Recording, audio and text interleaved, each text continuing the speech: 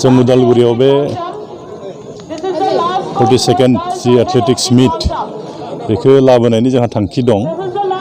जों नुनो मोनबाय जे जों उदालगुरियाव बिसेसकरि जोङो फुटबल भलिबल बेबायदि टीम खेलफोरखौ जों बांसिन गुरुत्व होनानै दैदेनबोदोंमोन।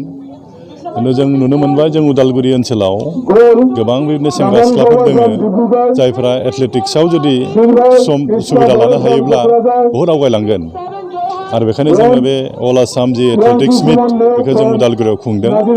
आरो उदालगुरि ओनसोलाव बे मिटखौ खुंनाय लोगो लोगो जोंनि सेंग्रा सिख्लाफ्रा बिसेसकरि बे एथलेटिक्सआव गोबां आवगायगोन जों बेखौ आसा खालामदों।